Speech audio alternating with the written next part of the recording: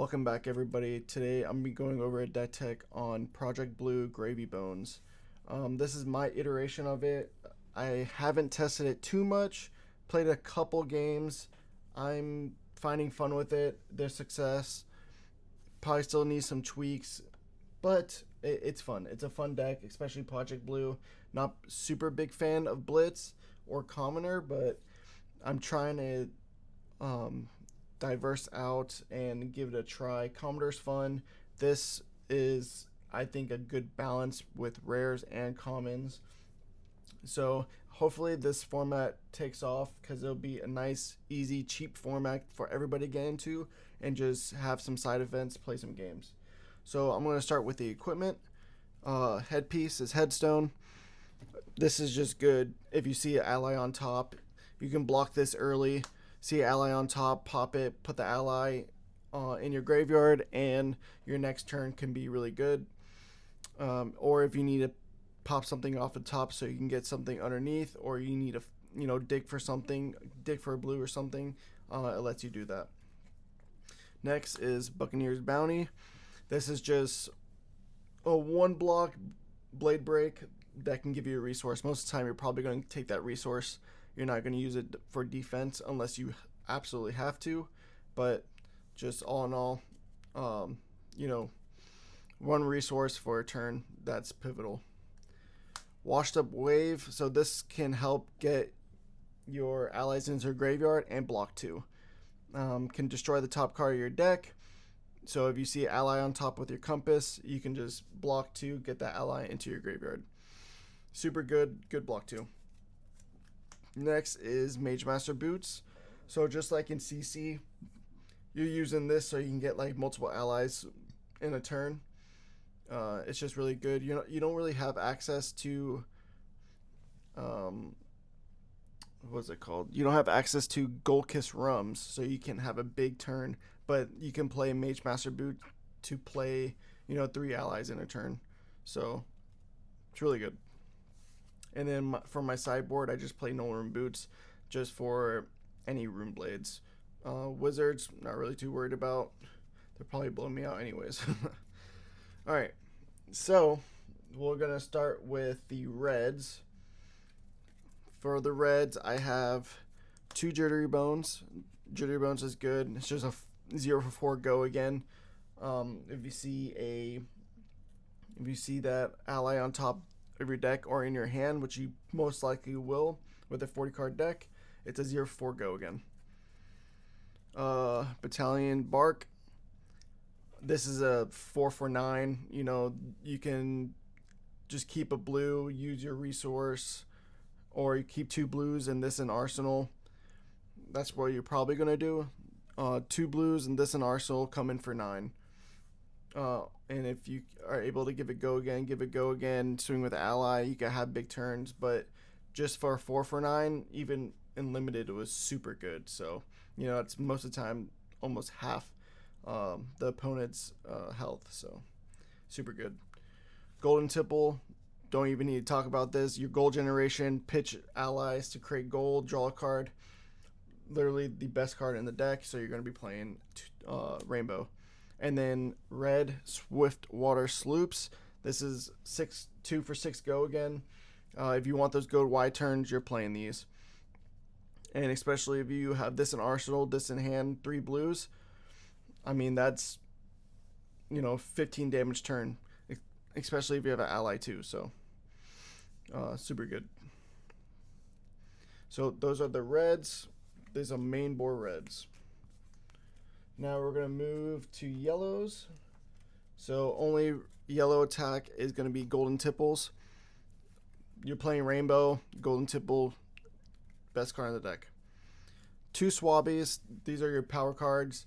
This is your power ally. You don't have Whaler. Swabby super good. Play blue. Bring this out early. Swing for 7, super good. So even late game as a really good break point. 2 Limpets, play 2 Limpets. It has the 2 go again. If they ignore it, they ignore it. It's just better value over time. It lets you, you could play this and then into a 9, Battalion Bark. So super good. Definitely playing it. Rigor Mortis, you're probably your best ally. You know, it's a 2 for 6 on turn comes out. They're automatically getting rid of it. So if you're playing against like a slower deck, their turn is pretty much committed to Rigor Mortis. And then I have 2 Oystins. Oystin's just good. It's a 0 for 3. And on the back end, if they get rid of it, you're going to get gold, which you don't have as much gold generation in this deck than CC. So gold really, really counts. So that is the yellows and the allies. Next is going to go to the blues. 2 port side exchanges. This is going to get you your gold, get your allies in the graveyard early. Super good for gold generation. Yo ho ho. So this is just a blue block 3 and it pumps an ally. So if you can play this into a Swabby, come in for 8 on hit make gold, you're most likely making that gold. So this is another piece of your gold generation. Avasti.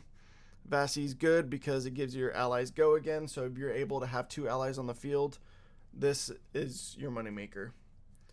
Loot the Hold. Loot the Hold is disruption. One of the best blues. You know, playing this into a Swabby, 7 on hit, discard a card, make a gold. I mean, or even with a Limpet, like they have to commit a card. So, Loot the Hold, super good. Disrupt your opponents no matter what. Playing 2 Fly Highs. Flying Highs I like because you can give your Battalion Barks go again if you have a 5-card hand. Flying High gives something go again. It's good. You can give an ally go again and give anything go again.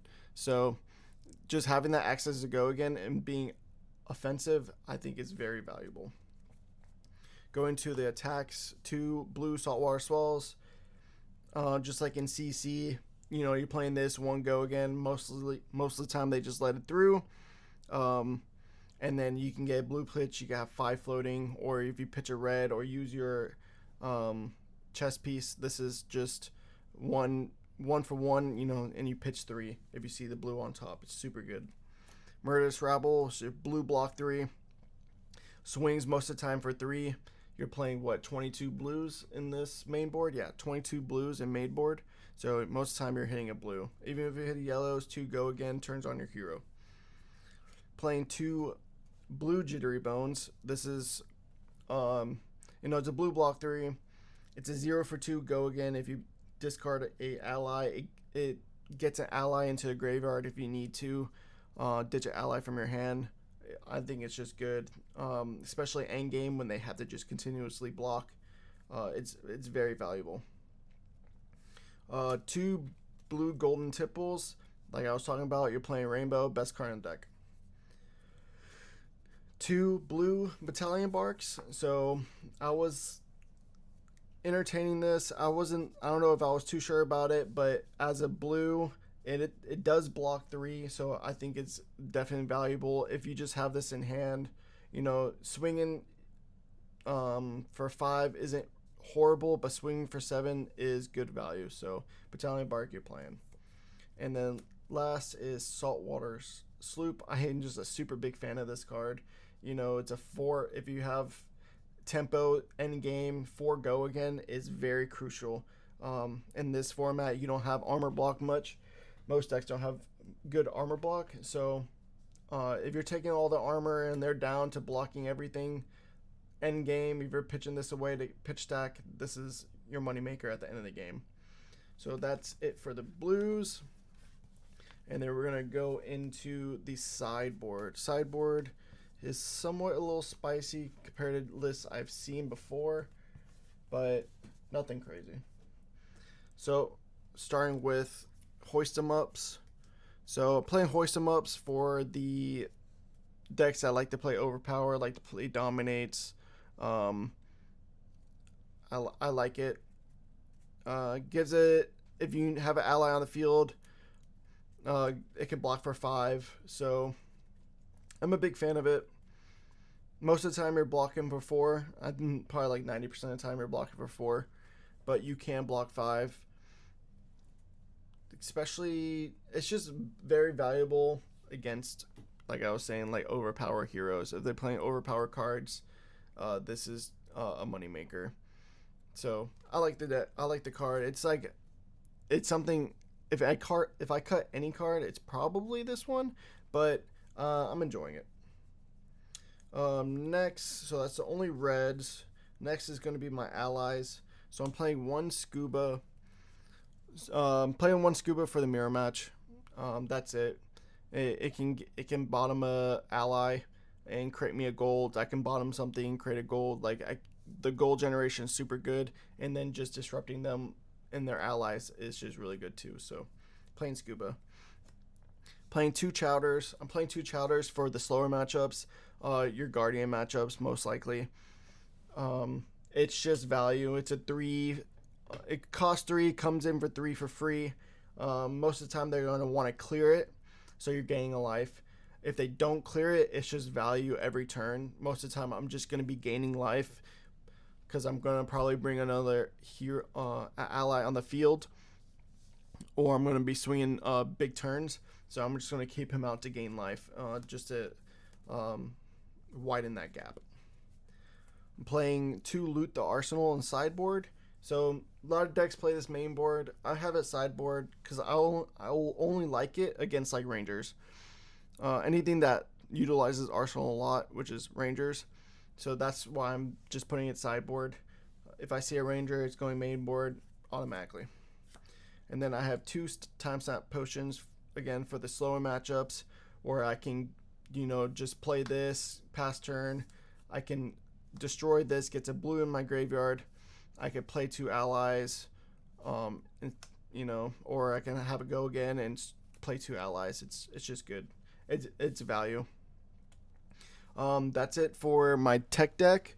If you guys have any questions or any comments, just leave a comment below. Just gonna continue testing this. It's fun. Project Blue, I think it's a good idea. Hopefully they push it, but we'll see. Like I said, leave a comment if you have any questions. Stay safe.